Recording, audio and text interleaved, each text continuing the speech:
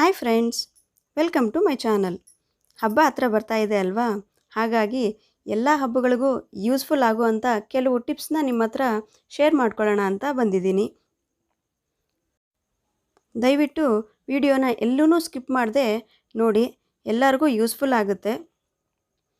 ಇವಾಗ ಟಿಪ್ಸ್ ಏನು ಅಂತ ನೋಡ್ಕೊಂಡು ಬಂದುಬಿಡೋಣವಾ?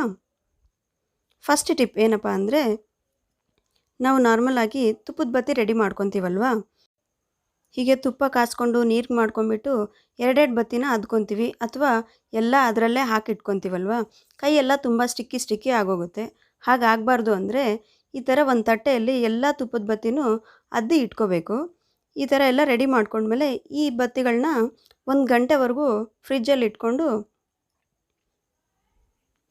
ಆಮೇಲೆ 1 ಗಂಟೆ ಆದಮೇಲೆ ತೆಗೆದ್ರೆ ಇದು ಸ್ವಲ್ಪ ಗಟ್ಟಿಯಾಗಿ ನಾನ್ ಸ್ಟಿಕ್ಕಿಯಾಗಿ ಬರುತ್ತೆ. ಕೈಗೆ ಹತ್ಕೊಳ್ಳಾರ್ದಂಗೆ ತುಂಬ ಈಸಿಯಾಗಿ ರಿಮೂವ್ ಮಾಡ್ಕೋಬೋದು. ನಾವು ಪೂಜೆ ಮಾಡುವಾಗೆ ತುಪ್ಪದ ಬತ್ತಿ ತೊಗೊಂಡ್ರೆ ಕೈಯೆಲ್ಲ ಸ್ಟಿಕ್ಕಿ ಆಗುತ್ತೆ ಅಲ್ವಾ? ಈ ಥರ ಮಾಡಿಟ್ಕೊಂಡ್ರೆ ಕೈಗೆ ಹತ್ಕೊಳ್ಳಾರ್ದಂಗೆ ನೀಟಾಗಿರುತ್ತೆ. ಇವಾಗ ಡಬ್ಬಲ್ಲಿ ಸ್ಟೋರ್ ಮಾಡಿಟ್ಕೊಂಡ್ರೂ ಕೂಡ ಮತ್ತೆ ಕರಗೋಗುತ್ತೆ ಅಂತ ನಿಮಗೆ ಡೌಟ್ ಇದ್ದರೆ, ಈ ಬಾಕ್ಸಲ್ಲಿ ಎಲ್ಲ ಹಾಕ್ಕೊಂಬಿಟ್ಟು ಮತ್ತೆ ಫ್ರಿಜ್ಜಲ್ಲಿ ಸ್ಟೋರ್ ಮಾಡಿ ಇಟ್ಕೊಳ್ಳಿ. ಹಾಗೆ ಗಟ್ಟಿಯಾಗಿ ಬಿಡಿಯಾಗಿ ಇರುತ್ತೆ. ಈ ಟಿಪ್ ನಿಮಗೆ ಇಷ್ಟ ಆಗಿದೆ ಅಂತ ಭಾವಿಸ್ತಿದ್ದೀನಿ. ಇವಾಗ ಎರಡನೇ ಟಿಪ್ ಏನು ಅಂತ ನೋಡೋಣವಾ? ನಾವು ತುಪ್ಪದ ಬತ್ತಿ ಎಲ್ಲ ತೆಗೆದ್ಮೇಲೆ ಈ ಥರ ತಟ್ಟೆಯಲ್ಲೆಲ್ಲ ತುಪ್ಪ ಉಳಿದ್ಬಿಡುತ್ತಲ್ವ. ಇದರಲ್ಲಿ ನಾನು 1 ಕಪ್ಪಷ್ಟು ಅಕ್ಕಿ ಹಾಕ್ಕೊತಿದ್ದೀನಿ. ಸ್ವಲ್ಪ ಅರಿಶಿನ, ಸ್ವಲ್ಪ ಕುಂಕುಮ ಹಾಕ್ಕೊಂಡು ಅಕ್ಷತೆ ಕಾಳು ರೆಡಿ ಮಾಡ್ಕೊತೀನಿ. ಹೀಗೆ ಮಾಡ್ಕೊಳ್ಳೋದ್ರಿಂದ ತುಪ್ಪನೂ ವೇಸ್ಟ್ ಆಗಲ್ಲ, ಅಕ್ಷತೆ ಕಾಳು ಹಬ್ಬಕ್ಕೆ ರೆಡಿ ಆಗೋಗುತ್ತೆ. ನೀವು ಬರೀ ಅರಿಶಿನ ಹಾಕ್ಕೊಳ್ಳೋರಾದರೆ ಬರೀ ಅರಿಶಿನನೇ ಹಾಕ್ಕೊಂಡು ಅಕ್ಷತೆ ಕಾಳು ಕಲಿಸ್ಕೊಂಡು ರೆಡಿ ಮಾಡ್ಕೋಬೋದು. ಈ ಟಿಪ್ ಕೂಡ ನಿಮ್ಗೆಲ್ರಿಗೂ ಇಷ್ಟ ಆಗಿದೆ ಅಂತ ಭಾವಿಸ್ತಿದ್ದೀನಿ. ನೋಡಿ, ಅಕ್ಷತೆ ಕಾಳು ರೆಡಿ ಆಗೋಯ್ತು. ಇವಾಗ ಥರ್ಡ್ ಟಿಪ್ ಏನು ಅಂತ ನೋಡೋಣವಾ? ನಾವು ಹಬ್ಬಕ್ಕೆ ದಾರದ ಎಳೆಗಳು ರೆಡಿ ಮಾಡ್ಕೊತೀವಲ್ವ. 5 ಎಳೆ ಅಥವಾ 16 ಎಳೆ ಆ ಥರ ಮಾಡ್ಕೊತೀವಲ್ವ. ಒಬ್ಬರೇ ಮಾಡ್ಕೊಳ್ಳೋಕ್ಕೆ ತುಂಬ ಸುಲಭವಾದ ಪದ್ಧತಿ ಇದು. ನೋಡಿ, ಈ ಥರ ಚಿಲ್ಕನ ಲಾಕ್ ಮಾಡಿಬಿಟ್ಟು ನಮ್ಗೆ ಎಷ್ಟು ಎಳೆ ಬೇಕೋ ಅಷ್ಟು ಎಳೆ ಸುತ್ಕೊಂಡ್ಬಿಟ್ಟು ಕಟ್ ಮಾಡ್ಕೊಂಬಿಡ್ಬೋದು. ಇನ್ನೊಬ್ಬರ ಹೆಲ್ಪು ಬೇಕಾಗಿಲ್ಲ, ಒಬ್ಬರಾಗೆ ಮಾಡ್ಕೊಂಬಿಡ್ಬೋದು. ನೋಡಿ ಎಷ್ಟು ಈಸಿ ಅಲ್ವಾ? ಇಲ್ಲ ಅಂದರೆ ಈ ಥರ ಹ್ಯಾಂಡಲ್ಗೆ ಹಾಕ್ಕೊಂಡ್ಬಿಟ್ಟು ಎಳೆ ಸುತ್ಕೊಂಡು ಮಾಡ್ಕೋಬೋದು. 5 ಎಳೆ, 16 ಎಳೆ, 9 ಎಳೆ ಅವ್ರವ್ರ ಪದ್ಧತಿ ಪ್ರಕಾರ ಎಳೆಗಳು ರೆಡಿ ಮಾಡಿಕೊಂಡು ಇಟ್ಕೋಬೋದು. ಇನ್ನೊಬ್ಬರ ಹೆಲ್ಪೇ ಬೇಕಾಗಿಲ್ಲ. ನೋಡಿ, ಇವಾಗ 4ನೇ ಟಿಪ್ ಏನು ಅಂತ ನೋಡೋಣವಾ? ಈ ದಾರದ ಎಳೆಗಳಿಗೆ ಅರಿಶಿನ ಹೇಗೆ ಹಚ್ಕೋಬೇಕು ಅಂತ ಸಿಂಪಲ್ಲಾಗಿ ತೋರಿಸ್ತೀನಿ. ನೋಡಿ, ಈ ದಾರಗಳನ್ನ ಸ್ವಲ್ಪ ನೀರಲ್ಲಿ ಅದ್ಕೊಂಬಿಟ್ಟು ಕೈ ಹಸಿ ಮಾಡಿಕೊಂಡು ಅರಿಶಿನ ಅದ್ಕೊಂಡು ಇದಕ್ಕೆಲ್ಲ ಸವರ್ಕೊಂಡ್ರೆ ಅರಿಶಿನ ದಾರ ರೆಡಿ ಆಗೋಗುತ್ತೆ. ನಾವು ಅರಿಶಿನ ಪೇಸ್ಟ್ ಮಾಡಿಕೊಂಡ್ರೆ ಚೆನ್ನಾಗಿರಲ್ಲ. ಈ ಥರ ಮಾಡಿದರೆ ನೋಡೋಕ್ಕೂ ಚೆನ್ನಾಗಿರುತ್ತೆ. ಇವಾಗ 5ನೇ ಟಿಪ್ ಏನು ಅಂತ ನೋಡೋಣವಾ? ಈ ಥರ ಮರಕ್ಕೆ ನಾವು ಅರಿಶಿನ ಹಚ್ತೀವಲ್ವ, ನಾವು ಕೈಯಿಂದ ಹಚ್ಚಿದರೆ ಕೈಗೆ ಸಿಬಿರು ಸಿಕ್ಕೊಳ್ಳುತ್ತೆ, ಕೈಗೆ ನೋವಾಗುತ್ತಲ್ವ. ಹಾಗಾಗಿ 1 ಕಪ್ಪಲ್ಲಿ ಅರಿಶಿನ ತೊಗೊಂಡು ಇದನ್ನು ನೀರು ಹಾಕಿ ಪೇಸ್ಟ್ ಮಾಡ್ಕೊತಿದ್ದೀನಿ.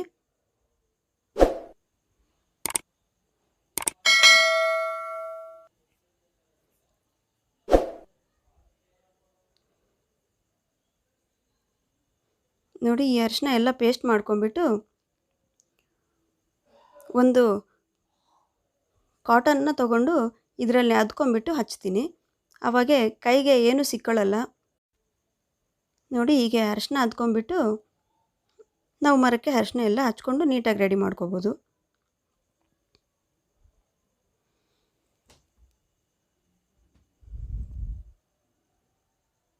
ಕೆಲವರು ಮರ ತುಂಬ ಅರಿಶಿನ ಹಚ್ತಾರೆ. ಹಾಗೆ ಹಚ್ಕೊಳ್ಳೋಕ್ಕಾದ್ರೂ ಈ ಥರ ಚೆನ್ನಾಗಿರುತ್ತೆ. ಕೈಗೆಲ್ಲ ಸಿಕ್ಕೊಳ್ದಂಗೆ ನೋಡೋಕ್ಕೂ ಚೆನ್ನಾಗಿರುತ್ತೆ, ಕೈಗೂ ಪ್ರಾಬ್ಲಮ್ ಆಗಲ್ಲ. ಸೇಮ್ ಹಿಂದ್ಗಡೆನೂ ಹಚ್ಕೊತಿದ್ದೀನಿ.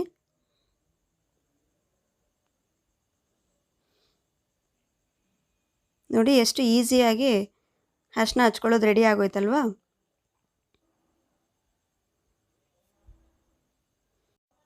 ಇವಾಗ ಈ ಮರಕ್ಕೆ ಅರಿಶಿನ ಕೊಂಬು ಟೈಟಾಗಿ ಹೇಗೆ ಕಟ್ಕೋಬೇಕು ಅಂತ ತೋರಿಸ್ತೀನಿ.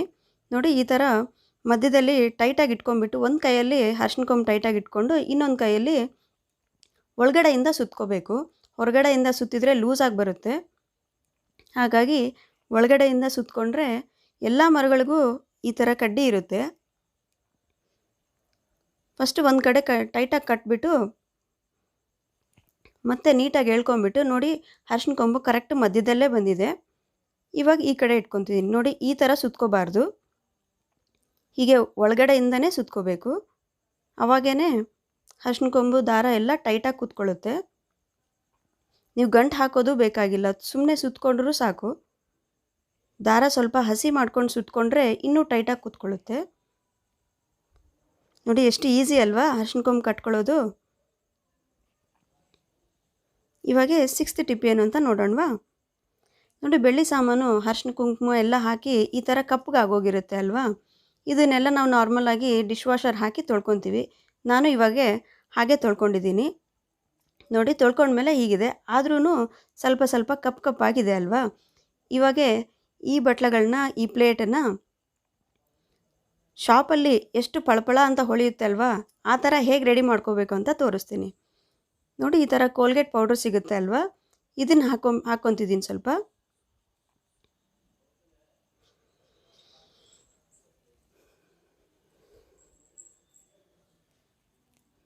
ಈ ಪೌಡರ್ನ ಸ್ವಲ್ಪ ತೊಗೊಂಡು ಈ ಬಟ್ಲುಗಳಿಗೆಲ್ಲ ತಿಕ್ತಿದ್ದೀನಿ. ಬ್ರಷ್ ಹಾಕಿ ತಿಕ್ಕಬಾರ್ದು, ಕೈಯಿಂದ ತಿಕ್ಕಿದ್ರೇ ಶೈನಿಂಗ್ ಚೆನ್ನಾಗಿ ಬರುತ್ತೆ.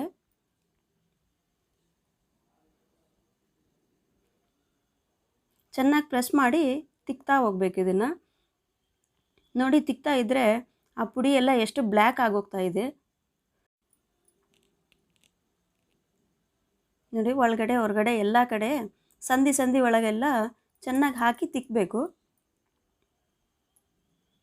ನೋಡಿ ನಿಮಗೆ ಇವಾಗಲೇ ಡಿಫ್ರೆನ್ಸ್ ಗೊತ್ತಾಗುತ್ತೆ ಅಲ್ವಾ. ಸೋಪ್ ಹಾಕಿ ತೊಳೆದಿರೋದಕ್ಕೂ ಈ ಕೋಲ್ಗೇಟ್ ಪೌಡರ್ ಹಾಕಿ ತಿಕ್ಕಿರೋದಕ್ಕೂ ಎಷ್ಟೊಂದು ಡಿಫ್ರೆನ್ಸ್ ಇದೆ ನೋಡಿ. ಅದೇ ಥರ ಎಲ್ಲ ಬಟ್ಲುಗಳನ್ನು ತೊಳ್ಕೊಂಡಿದ್ದೀನಿ ನೋಡಿ. ಸೇಮ್ ಶಾಪಲ್ಲಿ ಎಷ್ಟು ಹೊಳೆಯುತ್ತೆ ಅದೇ ಥರ ಹೊಳಿತಾ ಇದ್ದಾವಲ್ವಾ.